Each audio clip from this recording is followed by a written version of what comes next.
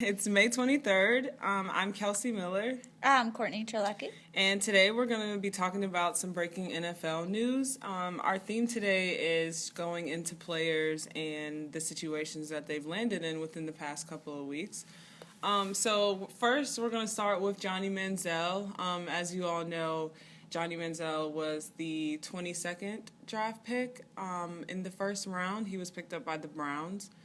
And there's a lot of controversy around, whether he's going to start, whether he's not going to start. I think Johnny Manziel should start.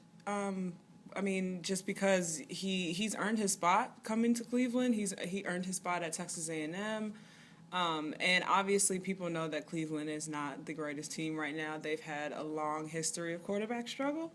So I think it would be a good idea for Manziel to go in with just, a clear mind and kind of throw the team on his back. What do you think, Court? Yeah, I would agree. I feel like the team is doing the right thing, though. They're really trying to put it out there that he's not going to be the starter. He needs to play as a backup. But I think they're really just trying to push him to, kind of have a level head. He won the Heisman Trophy. And some of the coaches there, they have a lot of experience with those rookie quarterbacks that had a lot of media attention, with RG3 and Andrew Luck. So I feel like they have a good idea going into this, like what they need to do to, one, keep the media kind of away, and that's probably why they've made a lot of the decisions they have, and I think they just know what they have to do to kind of make him a successful quarterback there. Brian Hoyer is not probably going to be the starter, and if he is, then you kind of wasted probably your draft pick this year, I would say. Yeah, I agree. Even though there's been reports coming out of Hoyer being, good in minicamp and, showing good numbers, I still think Manziel deserves that spot.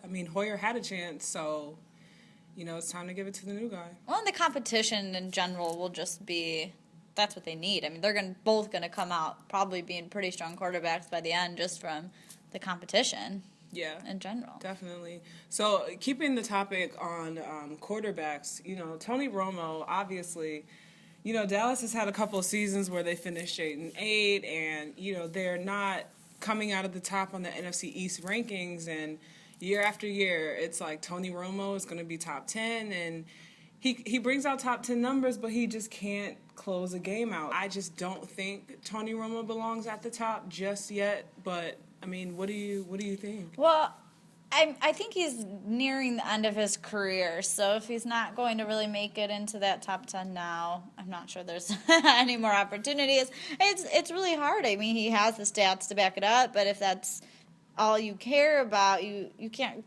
look past the fact that he just kills it for them at the end of the seasons and the end of the games, postseason. And he does have the 5th best career passer rating of all time. But does that rank him necessarily in the top 10? There's a lot of great quarterbacks out there right now. Look at Andrew Luck. He may not put up the same numbers as Tony Romo, but Andrew Luck can finish a game. And I think that's what's most important to the fans right now is to just have a consistent basis where you can finish games. You don't always want to, lose it in the fourth quarter, and then it doesn't matter if you threw for 450 yards the entire game, you still lost. So, and it's not to say he's not a top quarterback either. It's just, does he really rank in that top 10 elite quarterbacks? And I don't really think he's quite in that category. Probably more in maybe like the top 15, but it'd be hard to really argue that he would beat some of the people like Roethlisberger or anything like that. Especially the younger guys who are coming in now, because, they're the ones who are going to throw the team on their back and say, look, we got to get this done, we got to do this.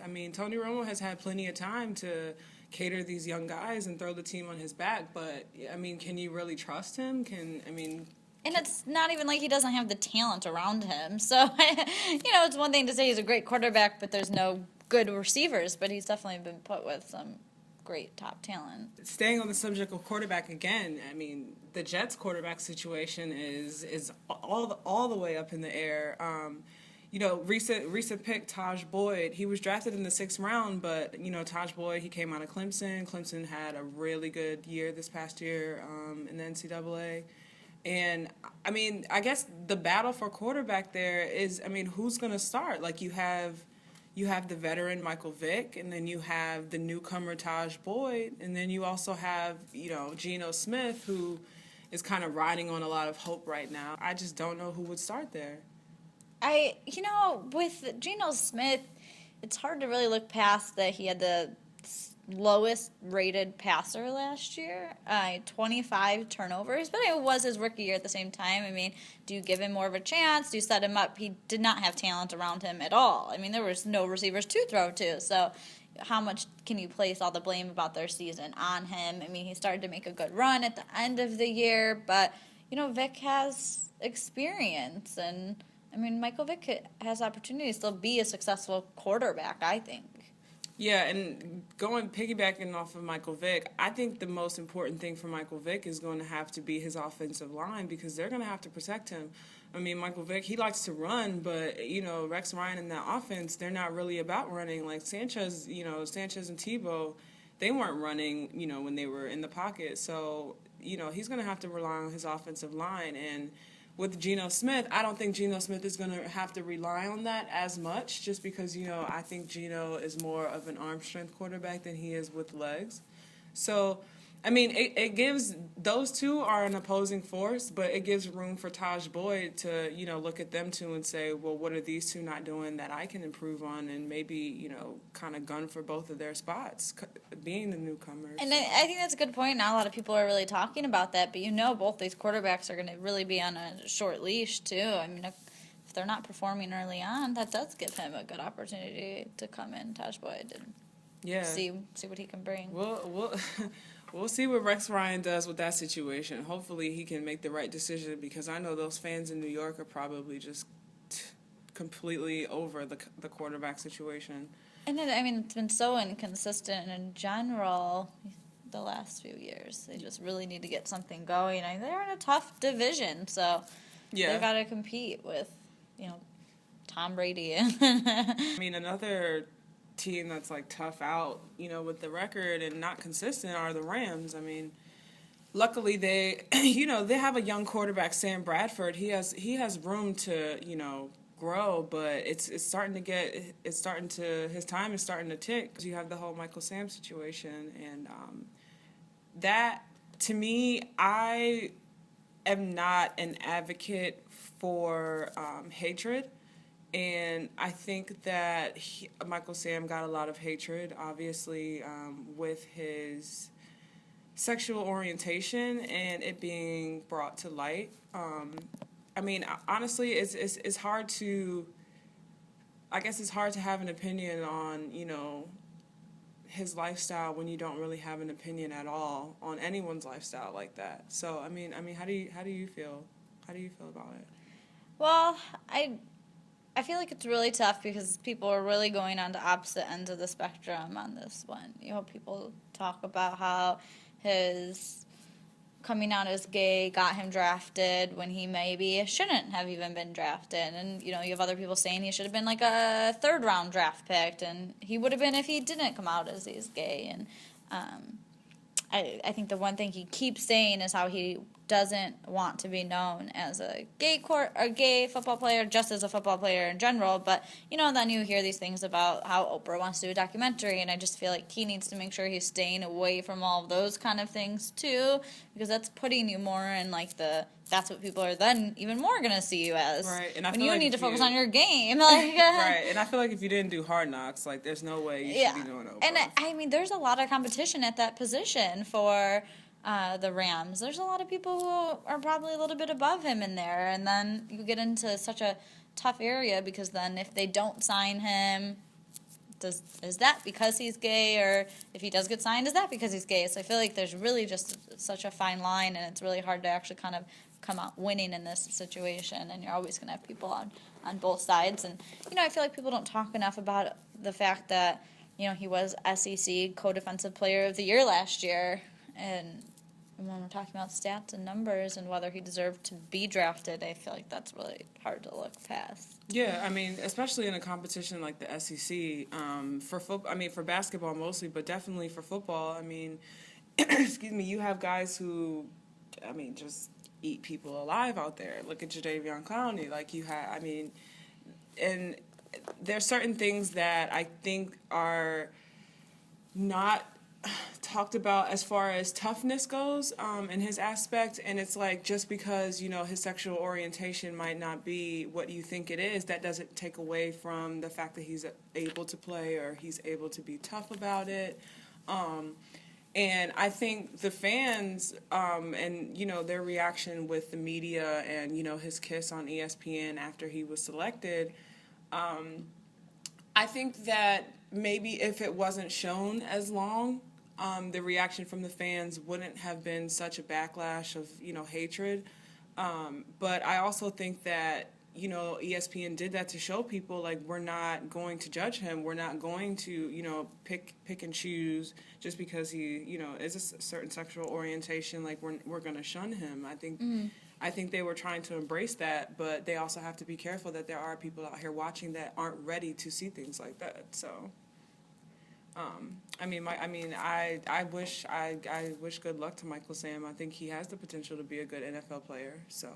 Yeah, and let's just hope, you know, training camp and everything, he can really prove what he can do and not let, like, the media and all of the controversies surrounding that get in his head, and just really focus on becoming a better football player. Speaking of focus, like, you have guys like Robert Mathis. He was actually just in the news not too long ago for PEDs and taking fertility drugs.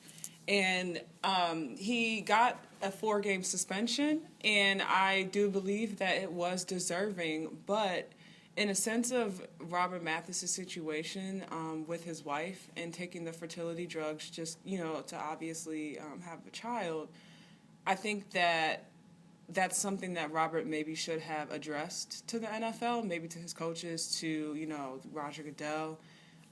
Just, you know, to let them know, give them a heads up, like, this is my life and this is what I have to do. I understand that my job is to be a football player, but, you know, at the same time, football players are still human beings too. They have lives. So I think it might have been a little bit better if he just would have addressed it beforehand. Well, and I just think it comes down to where do you draw any sort of line? Where's, like, the gray area? Is there gray area?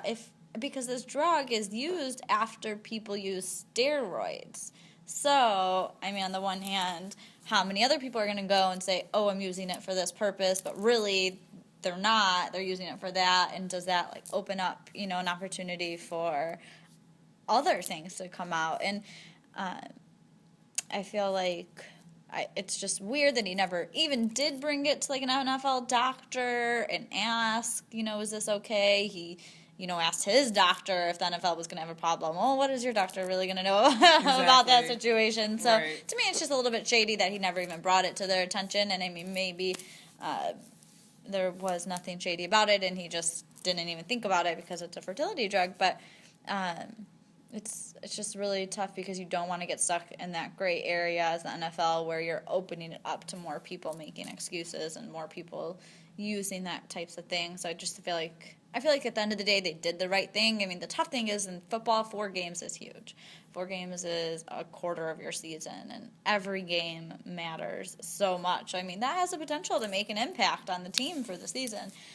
Sure. So I think overall that they really did the right thing because they have to hold everybody to that same standard. Right. You know? Yeah, that's what happens. Yeah, I totally agree with you on that. It definitely opens up the floor for other people to make excuses. And, you know, it's sad that it did actually hit the media this way because if he would have just went to the NFL doctors and kind of discussed it privately, it would have remained a private matter. And you wouldn't have that speculation of, you know, people thinking that you are taking, like, steroids, like real steroids and, you know, stuff that's not beneficial to your family. So, unfortunately, that crossed the news this week. But that's pretty much all the time we have. So, once again, I'm Kelsey Miller. I'm Courtney Terlecki.